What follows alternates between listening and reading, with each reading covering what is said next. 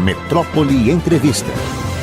Pois é, e agora é com enorme alegria que mais uma vez eu vou ter o privilégio de entrevistar, de conversar com um dos médicos cientistas mais importantes deste país, reconhecido internacionalmente, professor de faculdade de medicina, urologista, todos os títulos, conhecido como um dos melhores, se não o melhor deste país, Dr. Miguel Surugi. Doutor Miguel, bom dia. Como vai o senhor? O senhor está se cuidando? O senhor está bem, doutor Miguel?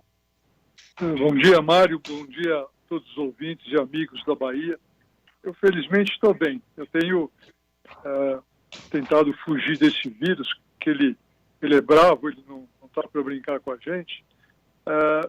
Tenho me protegido um pouco, trabalhado na medida do necessário para ajudar meus pacientes. Afinal, as doenças continuam surgindo, alguns doentes com problemas graves têm sido talvez um pouco prejudicados por todo esse foco que se dá com o coronavírus, o que é absolutamente compreensível, mas de qualquer jeito a gente não pode deixar de dar um olhar para a população que sofre, continuar nessa luta que agora está ficando cada vez mais complexa para controlar o vírus. O Brasil é um país muito único no mundo, com suas características geográficas, de densidade populacional, de desigualdade, às vezes até de injustiça que prevalece ainda. Isso torna o combate ao vírus um processo muito complicado no Brasil. As regras da ciência, infelizmente, nem sempre se aplicam aqui. Mas o Brasil tem pessoas de valor, tem dirigentes de valor, a sociedade é recheada de indivíduos em todas as áreas das atividades humanas que são capazes, e isso tem atenuado um pouco essa devastação que o vírus está causando no mundo e no Brasil. Mas nós somos um país realmente complexo, onde tudo é imprevisível, e com isso um combate a uma situação tão delicada como essa, imprevisível, é sempre muito difícil. Doutor Miguel, há poucos dias eu li um artigo seu na Folha de São Paulo, em que o senhor apoia totalmente a ação dos governadores e prefeitos que têm mantido, até contra o desejo do governo federal, do governo central, as medidas de isolamento como sendo as mais importantes que podem ser tomadas. Eu queria que o senhor falasse um pouco aí, com sua experiência, com seu conhecimento profundo de medicina e de vida, doutor Miguel. O senhor é uma pessoa admirável sob todos os aspectos, pode ter certeza disso. E eu gostaria muito de ouvir essa palavra do senhor, que vai nos inspirar também aqui na Bahia, doutor Miguel. Mário, muito obrigado pelas palavras. Você sempre me cobriu de elogios muito mais do que eu mereço. Eu queria dizer que o combate a essa pandemia ele é complexo, porque a gente desconhece ainda medidas eficientes para tratá-lo. Estou dizendo uma coisa óbvia, mas esse é o primeiro ponto complexo. Já que a gente não tem remédios efetivos, nós temos que nos apegar a medidas de ordem geral para poder ajudar os pacientes. Já na gripe espanhola, que ocorreu há 100 anos mais ou menos, se provou que quando se isolavam os doentes, a incidência da doença decrescia, diminuía o número de pacientes atingidos. Naquela ocasião morreram 50 milhões de pessoas.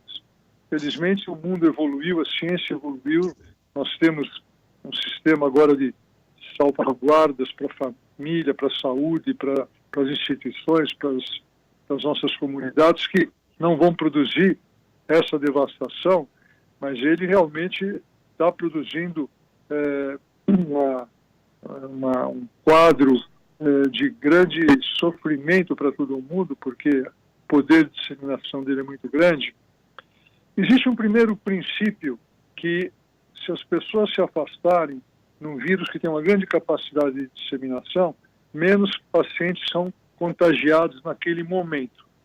Então, essa é a primeira ação, fazer o tal de isolamento, que diminui o número de casos e permite que o serviço assistencial médico se regule, ele vai dando conta do recado, ele consegue ir controlando os casos que aparecem.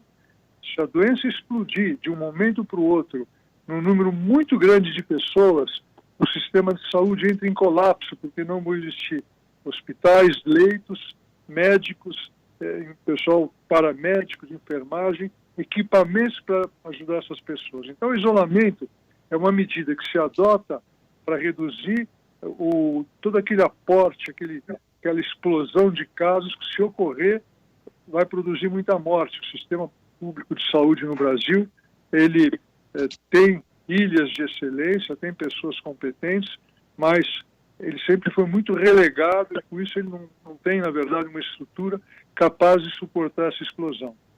O isolamento, Mário, ele não é uma opção, ele é uma necessidade, muito mais do que uma opção.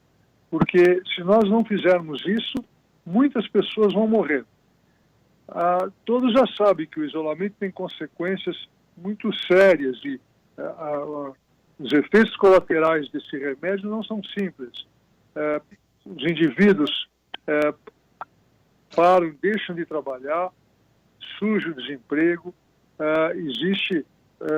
começa a haver uma desorganização econômica muito grande, uma desorganização psicossocial, as pessoas começam a ficar perdidas, fugindo de um inimigo que eles não conhecem, que não sabem onde está. A sociedade se desorganiza, toda a estrutura, infraestrutura que o país monta para poder crescer se desfaz, as empresas começam a também ter grandes problemas e algumas delas começam a desaparecer. É uma tragédia isso. Já que a gente tem um remédio que pode atenuar, que tem muitas consequências, a gente obviamente não pode se apoiar somente nesse tipo de estratégia para querer combater esse vírus. O que eu fiz agora recentemente, e existem pelo menos 50% dos médicos no Brasil passaram a estudar ativamente a Covid, né, essa infecção pelo coronavírus. O que nós aprendemos é o seguinte, são fatos concretos. Os países que instituíram um isolamento precoce e muito radical por 20 ou 30 dias são os que estão melhor posicionados agora. Eles isolaram todo mundo, ninguém saía de casa, ninguém exercia suas atividades, portanto, contato humano entre as pessoas reduziu muito. E esse vírus, a gente sabe que se ele ficar 14 dias no nosso organismo e a pessoa tiver a sorte de não ter um quadro grave, ele desaparece, ele estará sozinho, 14 dias. Então, se você isola as pessoas, por exemplo, 3 semanas, um isolamento total, que é impossível, na verdade, mas essa ia ser uma situação utópica, mas só para dar um exemplo, se todo mundo ficasse fechado em casa, numa sala, comendo, trabalhando um pouquinho, lendo, 14 dias o vírus desaparece, com 20 dias o vírus some da cidade. Só que o Brasil, todo desorganizado socialmente, sem infraestrutura, uma distribuição de renda indecente, com uma desigualdade chocante para todos nós, com as pessoas tendo que viver nas margens da sociedade e, infelizmente, de forma precária, você não consegue fazer um isolamento adequado. Então, o que os nossos governantes têm feito? Eles têm feito o que podem. Eles isolam, metade da população não consegue ficar isolada, porque são pessoas que têm trabalho informal, muitos nem têm trabalho, que saem à rua à cata de alguns recursos de ajuda para poder comprar alimentos para trazer para casa. Como é que você vai isolar essas pessoas? Elas não têm onde ficar. Então, é uma situação realmente dramática para nós. Os países que saíram fizeram o isolamento precoce, ninguém saía na rua, deram uma provisão de recursos, forneceram alimentos, forneceram material de higiene, melhorar as acomodações das pessoas, e com isso elas conseguiram tolerar 20 ou 30 dias de isolamento. O que aconteceu? O vírus começou a morrer, desaparecer na população, e esses países conseguiram sair dessa situação. Isso aconteceu na Ásia e aconteceu também na Europa, quando as pessoas lá tentaram não fazer o isolamento e houve uma explosão de casos na Itália, na Espanha, na França. O processo começou só a se atenuar quando instituíram o isolamento mais radical. Aqui no Brasil, eu não vejo outra solução. A doença está explodindo. Ontem, eu estava olhando um pouco as estatísticas. Os estados aqui no Brasil, cujos habitantes ainda não foram atingidos de forma importante, já estão sendo atingidos agora. Nesses estados, inclusive a Bahia, a doença está crescendo num ritmo exponencial. Os sistemas de saúde já estão começando a ficar saturados e eu acho que nós vamos ter que fazer algum tipo de isolamento, mas um isolamento que eu chamaria, Mário, de racional, de humano. O que nós temos que fazer? As pessoas mais simples não conseguem tolerar. Então a sociedade tem que se preparar para isso. As pessoas de mais renda, que têm mais posses, têm que assumir, cada uma delas, o apoio a um grupo de pessoas. Qualquer um de nós pode pagar um mês ou 2 meses de salário do indivíduo de baixa renda. Nós temos que separar as escolas que estão vazias e colocar pessoas que não têm abrigo dentro dessas escolas. Nós vamos fazer um movimento comunitário para juntar comida, material de higiene e instrumentos de lazer para poder fechar essas pessoas e deixá-las reclusas por 20, 30 dias. Isso tornaria esse isolamento um pouco mais suave, um pouco mais humano, um pouco mais aceitável. Temos que fechar os estados, Mário, porque se você acabar com o vírus, mas ficar gente indo de um estado para o outro ou de um país para o outro, ele já traz o vírus de novo, aí vem o que se chama segunda onda, entendeu? Que começa tudo de novo. Então tem que ter, nesse período, um grande apoio das forças de segurança para isolarem a cidade e o país, não entra ninguém, não sai ninguém, e você atenua de forma importante o vírus. Foi assim que a China se livrou do vírus, a Coreia, Taiwan, Singapura, o Japão conseguiram resolver. Alguns países, Mário, eles acharam que esse processo de isolamento era muito penoso para a população e eles resolveram fazer uma coisa meio suave, soft. Alguns ficam isolados, alguns não, alguns podem trabalhar. Enfim, todos os países que fizeram isso, explodiu a pandemia. A Itália, a França, são países onde a cultura, que é a mesma que a nossa, não aceita muito a reclusão. Na Ásia, as pessoas aceitaram fazer o isolamento, porque são povos mais disciplinados por cultura e por necessidade. Na Coreia do Sul, eles vivem ameaçados pelo pessoal da Coreia do Norte, que quer invadir e soltar bombas lá dentro. Se eles não forem disciplinados, eles desaparecem na face da terra. Então é um povo muito disciplinado, que não deixa o país se enfraquecer, entendeu? Então eles aceitaram ficar fechados, isolados, etc. O governo deu muito apoio e eles conseguiram sair. No Brasil, nós vamos ter que fazer esse isolamento a qualquer momento, mas de forma mais intensa.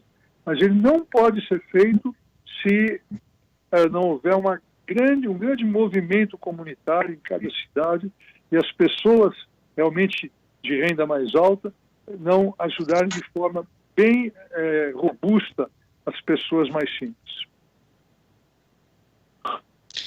Perfeito, doutor Miguel. Estou conversando com o doutor Miguel Cirujo. Doutor Miguel, perfeito, sua análise é perfeita, claríssima. Agora, ao lado disso, além da nossa cultura ser diferente, não ter essa disciplina, né, ser meio rebelde, algumas medidas mais de ordem mesmo, nós temos um negacionismo que vem da cabeça do governo central, que é terrível, porque eu sinto aqui, por exemplo, na Bahia, nós temos um governador que é do PT e um prefeito democrata. Sempre estavam se batendo politicamente e agora estão trabalhando harmonicamente juntos, tomando providências juntos, dando entrevistas juntos, enfrentando os problemas juntos. Então, aqui na Bahia, as coisas ainda estão bem melhores do que poderiam estar se não fosse assim. Agora, quando a gente tem um presidente que ontem vira e diz assim, bom, a direita toma cloroquina e a esquerda toma tubaína, que é aquele refrigerante barato, e dá risada e diz, e daí é uma gripezinha, um resfriadinho, uma boa parte da população também entra nesse negacionismo. O senhor não acha isso não, Dom Miguel? Bom, eu não falei do governo. Existem dois movimentos paralelos, Mário, nesse processo todo. Um grandioso, um majestoso e o outro absolutamente insuportável. Um movimento que mostra os piores sentimentos da natureza humana. Esse primeiro movimento grandioso e rico está sendo agora mostrado claramente. O Brasil é recheado de pessoas boas e nesse grupo se salientam agora emergir os médicos, o pessoal paramédico, os enfermeiros, os fisioterapeutas, todo o pessoal que mexe com a área da saúde. É uma corporação que agora está mostrando os valores mais ricos que os brasileiros têm. É uma corporação a qual eu pertenço, que está mostrando todos os sentimentos mais nobres da alma humana, a quintessência da existência humana. São pessoas que estão demonstrando empatia, solidariedade, compaixão, colocando a vida em risco para salvar os brasileiros, sem destemor, com todo destemor, sem temor, sem deixar de enfrentar batalhas que colocam a vida deles em risco, que colocam em risco até a vida da família, porque eles são pessoas que estão se contaminando um pouco mais de facilidade. Isso foi brilhante, até superou a minha expectativa.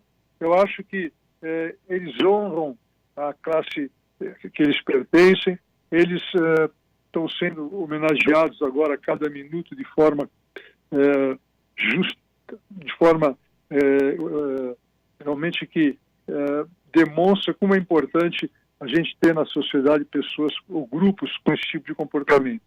O outro lado é o desastre.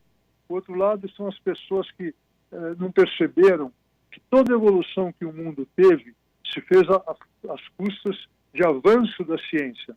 Foi a ciência que foi criando tudo que existe aqui.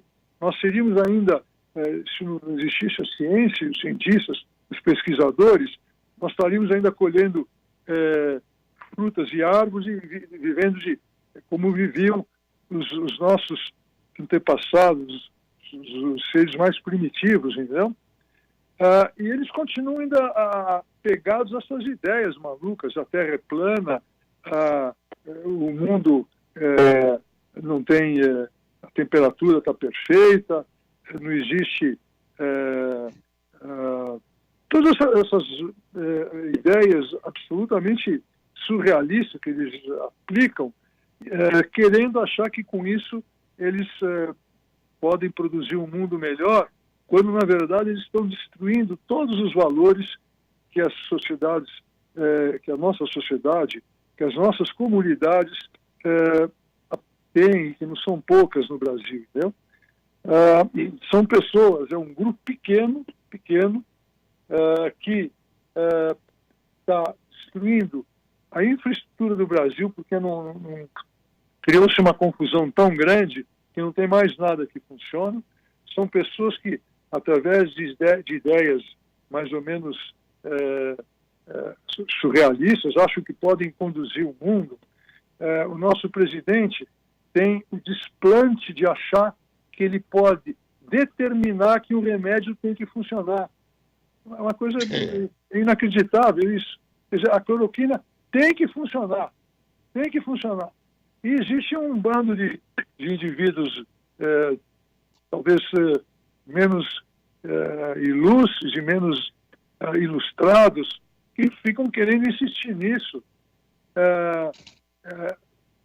O Brasil está numa situação realmente deplorável por causa desse grupo.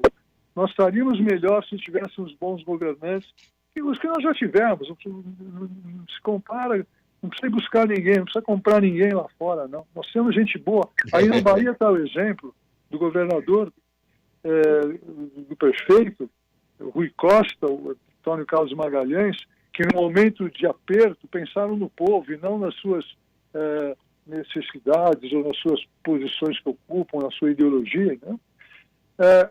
É um desastre o que está acontecendo. O nosso presidente agora passa os dias tendo que salvar e dar apoio às pessoas que o cercam. Ele diz que não é corrupto, está cercado por um bando de estrambelhados que não prestam, entendeu?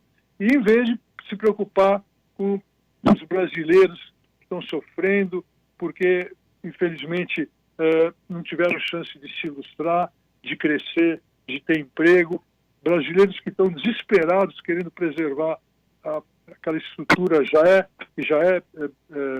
fraca, familiar que eles têm, que é ameaçada toda hora, que é vulnerável.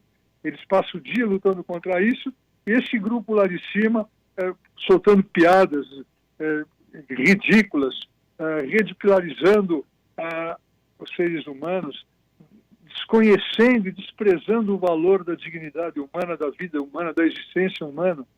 O nosso presidente acha que não faz mal morrer gente. O importante é passar rápido isso para as empresas voltarem a funcionar.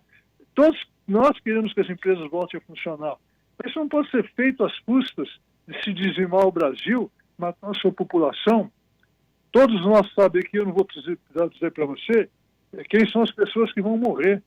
São essas pessoas vivendo nos limites da indecência, abandonados. Eles não têm suporte. Uma pessoa que tem mais posse consegue chegar rápido no hospital. Uma pessoa mais simples, ele desaba nas portas impenetráveis dos hospitais públicos. Morrem sem conseguir conversar com o médico. As famílias deles são pessoas que não conseguem expressar indignação, porque são pessoas que a sociedade não dá voz para eles, os governos não abrem canais de comunicação. Então eles sofrem calados. E essa morte pelo Covid, Mário, tem um aspecto perverso para nós que nos preocupamos com o ser humano, com a dignidade humana, com a dignidade da vida. A pessoa, quando morre de Covid, morre separada dos seus parentes, das pessoas que ele ama. Isso. Ninguém pode ficar perto.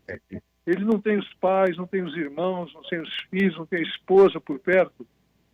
As pessoas ficam desesperadas, sabendo que a coisa não está bem. Mas eles não sabem o que é não estar bem, porque eles não conseguem entrar no hospital. Se entrasse, o sofrimento seria até maior. Eles iriam ver um grupo de médicos desesperados, tirando o tubo de um e passando para outro, tentando resgatar pessoas que já não têm mais jeito, tendo que escolher quem que vai receber o ventilador, quem que não vai. Um desastre, uma coisa surrealista, entendeu? Por azar, eu votei no atual presidente e eu queria voltar 3 anos da minha vida e poder lutar contra essa pessoa que assumiu o Brasil e está desgraçando o Brasil agora. Pois é, doutor Miguel, que bom ouvir o senhor, viu? Muitíssimo obrigado. O senhor não pode imaginar como isso é importante para ouvir de uma pessoa como o senhor, um homem experimentado, um homem da ciência, um homem com uma vida limpa, uma vida de envolvimento em salvar vidas. Esse depoimento do senhor é fantástico. Muitíssimo obrigado. Olha, foi uma honra e um privilégio conversar com o senhor. Um grande abraço, doutor Miguel. Vida longa para o senhor, saúde e tudo de bom. O senhor é uma figura fantástica. Muitíssimo obrigado e bom dia, doutor Miguel Sorujo. Bom dia, Mário. Eu queria só dirigir uma única palavra para você. Nós nos conhecemos há muitos anos. Você sempre me seduziu pela sua doçura, pela sua amizade, pelo espírito fraterno. Saiba que uma pessoa como você faz parte daquele grupo que, apesar do pequeno convívio, apesar da distância, apesar do tempo, sempre manteve no meu coração um bem-querer enorme. Saiba que nos momentos que a gente esteve juntos, você ajudou a suavizar a minha existência. Muito obrigado também por essa participação tua na história da minha vida. Um abraço, meus amigos baianos. Eu tenho uma ligação muito forte com todas as pessoas desse estado, porque eu sempre tive aí grandes amigos, grandes personalidades brasileiras da Bahia, com as quais eu convivi intensamente, e essas pessoas, eu confesso, incluindo você, suavizaram muito a minha existência. Muito obrigado por esses momentos que você me concedeu agora, nessa manhã. Grande abraço, doutor Miguel Cirúrgico. Que maravilha.